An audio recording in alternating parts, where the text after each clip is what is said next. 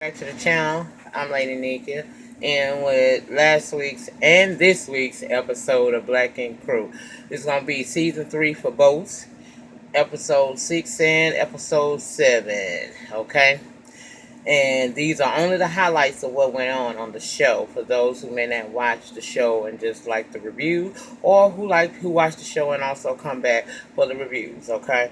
Now, Junior is weighing on me, y'all. I'm starting to like me some Junior. I'm loving Junior, baby. Okay? He a old nice little piece of Jose Cuervo. Yes, God, honey. Anyway, they in the shop asking him if he slept with Lily. And it's all because on the last episode, she had started acting all, crazy and stuff. Like he had, that type of crazy. Like I done got some good ping, and this nigga acting like he don't know me now. Yeah, that type of crazy. Well, y'all know he ain't answered that, but later on he do go over to her place that she shared with about 1 million of her damn relatives, and they talk. He apologized for whatever he may have done to upset her, and she flipped it, apologizing back to him, saying, "Look, you know what? You remind me of my past. I really, really like you, but you do remind me of my past, and I may have overreacted myself, at down to the party." And I was trying to figure out how does he remind you of your past when y'all ain't been knowing each other probably no more than about a week at this point. But okay, do he look like your ex or something? Child, I don't know. Oh, I mean, you and him just met each other and starting to try to get to know each other. So I don't know what he do already that reminds you of your ex. I always say just don't bring your baggage from a past relationship into your new relationship. You should have resolved that because I don't know no man that's going to make up for what another man didn't do in your life. He ain't going to do that shit. So don't do that. Clearly, y'all like each other. He told you he want to make you happy. So let the man make you happy. Now, Van and Jean, y'all a damn mess. Let me tell y'all ladies something, and I told you this before, but you didn't hear me, so I'm going to say it again. A man can take the best years of a woman's life, but a woman cannot take the best years of a man's life. You've been with this man for 8 damn years. You done loved on him. You done supported him. You done helped him with his daughter, thus being a stepmom to this child. You done been that bitch for him. You done been his backbone. You done been the background to his foreground. You done been that there, okay? It's not too much for you to come and tell this man 8 years into it. Look, I'm feeling like I'm gonna turn 30, and I need something a little bit more. I need more stability in this relationship. I done been being here for you, doing wifely duties without the wifely title, and I don't want to do this no more. And then the word marriage scares you so bad that you tell this lady that you need space. When you say I need space in a relationship, to me, that means we about to break up or we done broke up. That's what space means. But she tell you, all right then, I'm gonna give you your damn space. You hurt that girl feelings when she walked out of there and told her, I'm gonna give you what you need, okay? I don't understand that. Ladies gotta be careful. You don't spend that much time and you ain't getting nothing out of that, okay? Because you put all that time into him and then something go wrong. He happen to drop dead, bitch. His mama or whoever gonna swoop in there and get all the benefits, and all your years would have been for nothing. Don't know your worth, okay?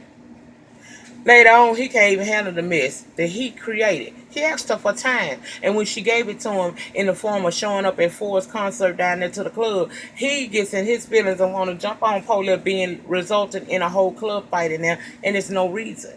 You upset because she gave you what you asked for. If you tell me after 8 years and only living together a few months, I'm cramping your style, you need the space, and I'm telling you that I need to feel like you are more committed to me by actually making me a wife and not having me just do wifely duties. If that make you tell me that, then you accept whatever the hell that I got going on. Ladies, know your worth. Don and Ashley. Don realized that bachelorette party that Ashley had might have been a bit too much, but he had to think back. I had 2 bachelor parties, and things did get a little bit out of hand. But see, I'm beginning to like Dunn in this season, and I'm scared because Dunn tells Ashley, "Look, we gonna stop this tit for tat. See, we married now, so that means that we are vested in each other for the rest of our lives. It ain't no sense in us not being able to live happy. We need to be able to compromise on this type of thing. So this is a part of my compromise to you. You say you want to be home a little bit more. You want to quit this ideal corporate America job that you alleging to have. What you can do is you can do that. But understand that in order for me to lose the income, I'm going to have to pick up some extra income. And the way that I'm thinking about doing it is becoming a piercer down there to Nine Mad. Girl, you can't get mad. I know you barely trust him around women as it is, but at least he telling you what it is. And if y'all gonna start off on a good foot and try to really work this shit out, then maybe you might start trying to have trust. Because without trust, this ain't gonna work. I don't care what happened, okay? Cobra is bisexual. Did y'all? I mean, I felt like Jeremy was a beard last when we seen him last time. Anyway, her and Charmaine and Danielle done went down there to the lesbian spot, and Charmaine trying to get Cobra to loosen up a little bit and talk to some of the females, and the shit didn't go well. Cobra don't have no game. That's all that is. You know, you offered one girl that's already there on the date a drink, and then you told her, she look like a Nubian goddess. Then Burp, girl, you can't do all of that. You got to work on your game, girl. Work on your game. Lame lines don't work no more, okay? They don't. Okay? Then we got Ryan, Danielle, and Kat, child. Danielle done told Charmaine that Kat and Ryan did whatever she think they did at the lake house because it ain't the first time. About a year ago, when Ryan was just not trying to get back with Rachel, he admitted that he liked Kat and some things went down.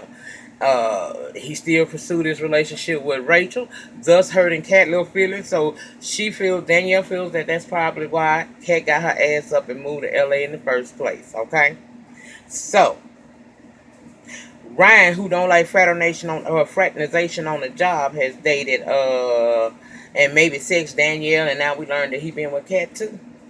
Now, you know Charmaine went right back to that shop and to old ex Ryan about that. Did you mess with Kat? He said it wasn't like that. He straight lied on his dick is what he did. And niggas always do, you know.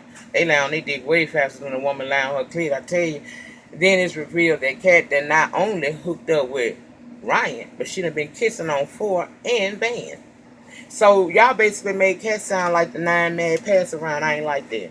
I ain't like that. Y'all could have worked that out a little bit better. And can't stop doing that kind of stuff because they already don't want to give your props in a male-dominated industry. The last thing you need to do is to be letting them, you know, touch your body and touch your nails, child.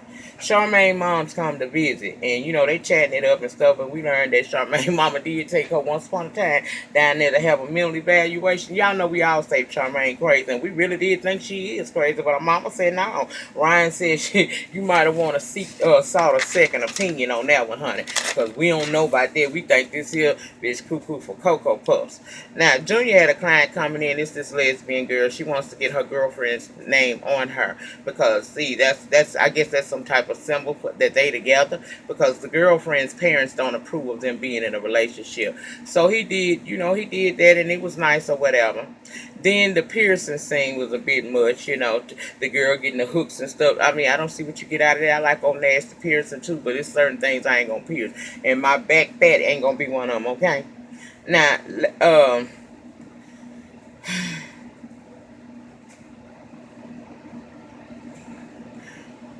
they all at the shop talking. I'm finna roll into the next episode, y'all.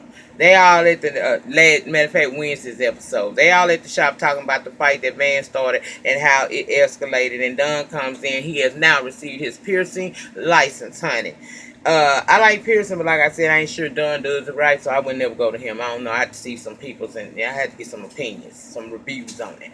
They talking about, you know, experiences doing their craft, and Ryan said he had to tat someone's ass once upon a time, and he knew that was going to be his last ass that he tat because that motherfucker stank. And I'm thinking to myself, now how the hell you don't know your ass stank? How the fuck you don't know your ass stank? If that's your ass, you know your ass stank. Stop that. Hygiene matters. Sydney Starr come to the shop for a piercing from Dunn, and she said at first that she wanted her penis pierced. She wanted her Prince Albert child. The look on Dunn's face was like, now come on now. My first motherfucking official piercing is going to be some shit like that. But Sydney was playing. She wanted a belly button Dunn child. I said, Lord, And he did seem like he did it right, child. I don't know if he did it right or wrong. I don't know. We don't know what happened, you know, how it healed up. Now, Van has Jim come to meet him in this isolated ass parking lot. Okay, where the only lights that you really can see are the headlights of both of their cars. I said, boy, and he wrapped up, he wrapped up like he about to do his rendition of Mary J. Blige is Not Gonna Cry. Child, I said, would you please stop that?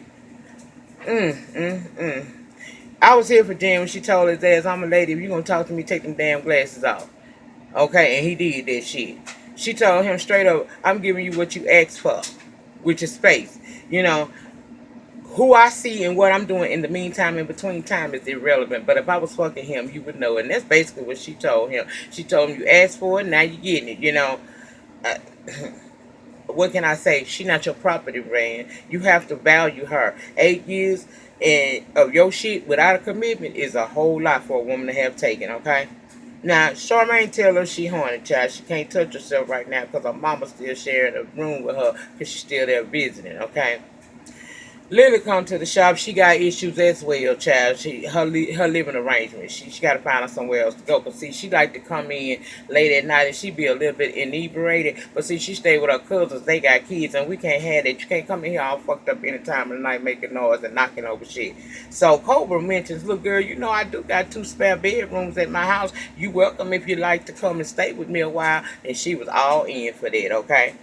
Now they tried to throw Junior in saying that she could move in with him, but he was like, man, we just started, and I don't blame him. Hell no, it's too early for her. It'd be a different thing if she was being evicted and had nowhere to go. Then I could say, well, maybe he should open his door. But this is a voluntary move out, so she needs to find her somewhere to go. And if she can go to Cobra House, gone over there, even though that ain't gonna last. And Ryan said it too, because Cobra got OCD, and we seen Lily with vomit and shit all up in her head. So you know that probably ain't gonna work too long. It's gonna be an adjustment, child. I said, Then you can somewhat tell Cobra's feeling on she got some little feelings for Lily. It shows. It really does.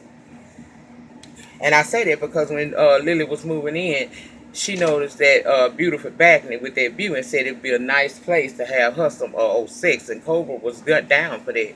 Now, she did tell her that, you know, her and Junior is in a committed relationship, but Cobra gave me the impression that ain't gonna have nothing to do with it. She also admitted that she been in a relationship with a girl and that her mama walked in on them nude on top of each other making out, and that was just kind of weird for her. So Cobra sitting on the side thinking, oh, okay, well, you get out like that. Hold on, Jalen. Then she said she liked painting folks in the nude and told Cobra she wanted to paint her in the nude like Jack did Rose on Titanic, and Cobra took the pose on the couch. I fell out, child. Then Lily said she was going to be nude all around that place, painting nude pictures of other people, and Cobra had no issue with that. Cobra, girl, I see you. Janelle, child, she done told for her mama is coming for a visit and she wanted to meet with him. See, her mama's supposed to grow up with his daddy.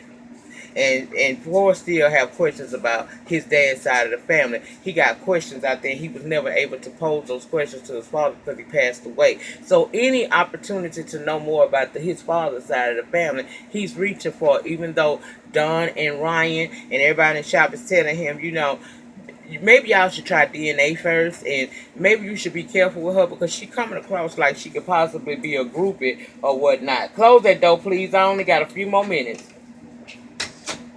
Okay, well, anyway, they get up there, and child, they basically, it was a waste of time. This child is there 30 damn minutes before this girl mama texts her talking about she ain't ready. Bitch, what you ain't ready for?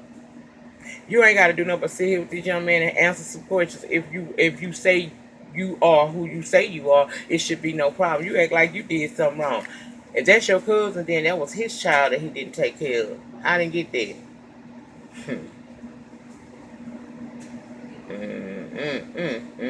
He was upset and wound up telling her, tell your mom and the family thanks for wasting my time. Now, Charmaine and Danielle situation is different. They didn't grow up together, but when they did come together, they was able to fuse, realize they were actual blood cousins, and they have a strong bond. That ain't what we getting from Janelle. I get groupie trying to get on this show. That's what I get.